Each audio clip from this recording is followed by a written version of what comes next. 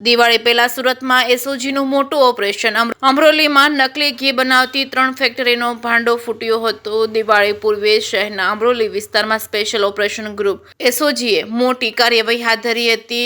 પોલીસે નકલી ઘી બનાવતી 3 ફેક્ટરીઓ પર દરોડો પાડી આશરે 10,000 કિલોગ્રામથી વધુ નકલી ઘીનો જથ્થો કબજે કર્યો હતો, જેની કુલ કિંમત 1 કરોડ રૂપિયાથી વધુ હોવાનું જણાવ્યું હતું। એસઓજીએ સ્થળ પરથી 4 આરોપીની ધરપકડ કરી જયેશ મેસુરિયા, અંકિત પંચીવાલી તેમજ સુમિત કુમાર મેસુરિયા અને દિનેશ ગેહલોત બધા જ અમરોલી વિસ્તારમાં રહેતા મૂળ ડીસાના રહેવાસી। તપાસ દરમિયાન ખુલ્લું થયું હતું કે આ ફેક્ટરીમાં ઘી બનાવવામાં વેજીટેબલ ઘી, સોયાબીન તેલ, પામ તેલ તેમજ હળદર તથા પીળા રંગનો ઉપયોગ કરવામાં આવતો હતો, જ્યારે મૂળ ઘીનો અણસાર ન આવતો હતો। એસઓજીએ કુલ 9,919 કિલોગ્રામ ભેળસેળયુક્ત ઘી, મશીનરી, કાચો માલ સહિત રૂપિયા 1.20 કરોડનો મુદ્દામાલ કબજે કર્યો હતો। હાલ પોલીસે વધુ તપાસ હાથ ધરી છે અને આ નકલી ઘી કયા બ્રાન્ડના નામે બજારમાં સપ્લાય થતું હતું, શહેરમાં તેના વિતરણની ચેન કેટલી મોટી હતી। જે સિંહ ગુજરાતી સાથે સુનિલ ગંજાવાલા, સુરત। માનનીય પોલીસ કમિશનર સાહેબ દ્વારા દિવાળીના પર્વ જે અત્યારે આવી રહ્યો છે એના અનુસંધાને એક સ્પેશિયલ ડ્રાઈવ ગોઠવવામાં આવી હતી। આ સ્પેશિયલ ડ્રાઈવની અંદર ઘી, બટર, પનીર, ચીઝ આવું જેનું ડુપ્લિકેટિંગ કરે છે એના માટેની સ્પેશિયલ ડ્રાઈવ હતી। આ ડ્રાઈવના અનુસંધાને એસઓજી દ્વારા એક ચોક્કસ બાતમી એવી મળી હતી કે અમરોલી વિસ્તારના કોસાડ આવાસની અંદર જે સરદારનગરને એ જગ્યાએ છે ત્યાં કોઈ ઘીનું ડુપ્લિકેટિંગ કરે છે। એના અનુસંધાને એસઓજી દ્વારા રેડ કરવામાં આવી। જે રેડની અંદર માધવ ડેરી પ્રોડક્ટ નામની એક કંપની બનાવી એની આડની અંદર અલગ અલગ નામથી ઘીનું બોગસ પેકેજિંગ કરી અને માર્કેટમાં વેચતા હતા। એના દ્વારા અમે વધારે પૂછપરછ કરતા અમને એવું જાણવા મળ્યું કે કોસાડની અંદર જ બીજું ઈવા ઇબ્રો કરીને છે, ત્યાં કોસાડની અંદર જ ત્યાં બીજી જગ્યાએ તુરંત અમે રેડ કરી તો ત્યાંથી એ પણ મોટા પ્રમાણમાં મોટા જથ્થાની અંદર એક ફેક્ટરી પકડી આવી। એનાથી પૂછપરછ કરતા એની બાજુમાં અમે ગયા તો ત્રીજી પણ એવી ફેક્ટરી મળી આવી, જેના માલિકો અલગ અલગ પોતાની ફર્મ બનાવી આ લોકોએ એક માધવ ડેરી પ્રોડક્ટ અને એક આદિનાથ ડેરી પ્રોડક્ટ નામની એક ફર્મ બનાવી હતી અને એક ન્યૂ આદિનાથ ડેરી ફર્મ એ કરી અને અલગ અલગ ઘીનું પેકેજિંગ કરી અને માર્કેટમાં અલગ અલગ જગ્યાએ વેચતા હતા। આ જે કંપની જે ઘીની ફેક્ટરી છે એના માલિકોના નામ છે જયેશ કુમાર રમેશચંદ્ર મેસુરિયા, એક અંકિત ટેકચંદ પંચીવાલા, સુમિત જયેશભાઈ મેસુરિયા અને દિનેશભાઈ તેજાજી ગેહલોત। આ જે અગાઉ આ લોકોના અમે પૂછપરછ વધુ કરી તો એ લોકો ડીસાના વતની છે અને ડીસાથી જ આ વસ્તુ આ લોકો શીખીને આવ્યા હતા અને છેલ્લા 2 વર્ષથી આ કામની અંદર આ લોકો કાર્યરત હતા।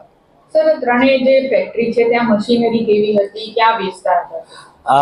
આ લોકોની જે મશીનરી હતી એ ઓટોમેટિક પ્લાન્ટ છે। આ લોકોના ત્યાં ઓટોમેટિક જે આખા જે અંદર ઘી ને એ બધું નાખી અને ઓટો પ્લાન્ટ છે કે પેકેજિંગ થઈને જ બહાર નીકળે। આ લોકો દરેક વસ્તુની અંદર આની અંદર દૂધ જેવી કોઈ વસ્તુનો સામેલ કરવામાં જ નહોતી આવતી। આ વનસ્પતિજન્ય જે તેલ આવે છે, પામોલિન તેલ, એ તેલ પછી કેમિકલ આવે છે, કોરમ કરીને કેમિકલ આવે છે, એ કેમિકલને ઉમેરવામાં આવે જેનાથી જે પ્રકારના ઘીની તમારે સ્મેલ જોઈતી હોય, ધારો કે ગાયના ઘીની સ્મેલ જોઈતી હોય તો ગાયના ઘીની સ્મેલ આવે, ભેંસના ઘીની સ્મેલ જોઈતી હોય તો એ મુજબની સ્મેલ આવે, એ ટાઈપનું એક કેમિકલ આવે છે। એક કેમિકલનો ઉમેરો કરવામાં આવતો હતો અને એક આ લોકો કલરનો ઉપયોગ કરતા હતા। એક એ કલરથી જેવું તમારે કલરનો દેશી ઘીનો કલર હોય એ મુજબના એ આવી જાય અને એસએસ નામના એક કેમિકલનો ઉપયોગ કરતા હતા। આ એસએસ નામનું કેમિકલ એક એવું કેમિકલ છે કે જે આપણા રિયલ જે દેશી ઘી હોય છે એ દાણાદાર હોય છે, તો આ દાણાદાર બનાવવા માટે આ એસએસ કેમિકલનો ઉપયોગ કરવાથી ઘીની માત્રા એકદમ દાણાદાર જેવી થઈ જતી હતી।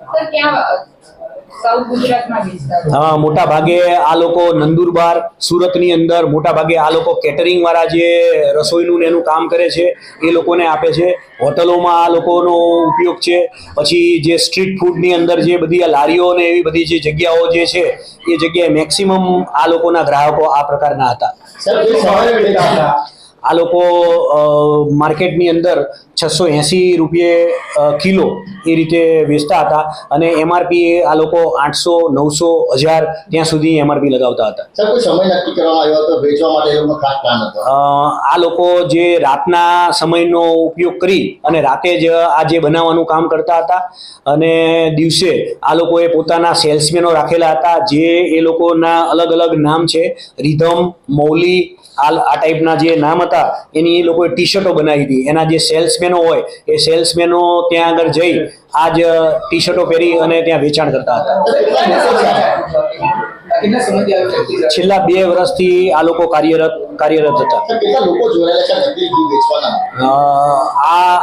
આની જે ચેનલ જે છે એ બહુ લાંબી ચેનલ છે જે તપાસમાં હજુ બીજા ઘણા બધા નામ ખુલી શકે એવી શક્યતાઓ છે. સર અગાઉ પણ કેસ થયા છે કોઈ? અગાઉ આ જે મહેસુરિયા જે છે એનો બ્રધર છે આપણે બનાસકાંઠાની અંદર એના ત્યાંથી 17 લાખનું ઘી ડીસાની અંદર પકડાયેલ છે. 24 કલાકમાં પ્રોડક્શન કેટલું થતું? 24 કલાક આ લોકોના ઓટોમેટિક પ્લાન્ટ છે તો ઓટોમેટિક પ્લાન્ટની અંદર તો સતત એ લોકો જેવું ચાલુ કરે એ રીતે નીકળે અને બાકીના જે બીજા બધા ડબ્બાનું એનું પેકિંગ જે છે એના ત્યાં આગળ જે માણસો છે, અમે પહેલી ફેક્ટરી માધવ ડેરી પ્રોડક્ટની અંદર જ્યાં રેડ કરી ત્યાં લગભગ 8 થી 10 માણસો કામ કરતા હતા. એ લોકોને શિફ્ટ મુજબ કામ કરતા હોય અને આ લોકો મેન્યુઅલી જ ઘી બનાવી અને ડબ્બાની અંદર પેકિંગ કરતા હતા. સર કયા નામે ઘી વેચાણ થતું? આ લોકો રિધમ કરીને એક છે કંપની નામ, એક મૌલી પ્રીમિયમ દેશી ઘી, પછી એક શ્રી મૌલી પ્રીમિયમ ચોખ્ખું દેશી ઘી, પછી શાશ્વત પ્રીમિયમ ઘી, એવી અલગ અલગ નામથી આ લોકો ઘીનું વેચાણ કરતા હતા. કેટલું મોટું કહી શકાય અત્યારે દિવાળીનો તહેવાર છે અને સામે અત્યારે અમે આ જે ઘી સીઝ કર્યું છે 919 કિલો લગભગ 67 લાખ રૂપિયાની કિંમતનું આ ઘી છે અને એના મશીનરી અને બધું જો ભેગું કરવા જઈએ તો 1.5 કરોડ રૂપિયા ઉપરનો મુદ્દામાલ જપ્ત કરેલ છે. સર આ ઘીની હેલ્થ પર શું અસર થાય અને કયા રોગો થઈ શકે? આ જે ઘી છે એ લોકોને અમે પૂછી જોયું તો એ લોકોને જ ખબર નથી કે આ શું છે અને અમે બીજા ડૉક્ટરોની પણ સલાહ લીધી કે કેન્સર થવાનું મૂળ કારણ આવા પ્રકારની જે પ્રોડક્ટ આપણે જે ઇન્ટેક કરીએ છીએ એના કારણે થાય.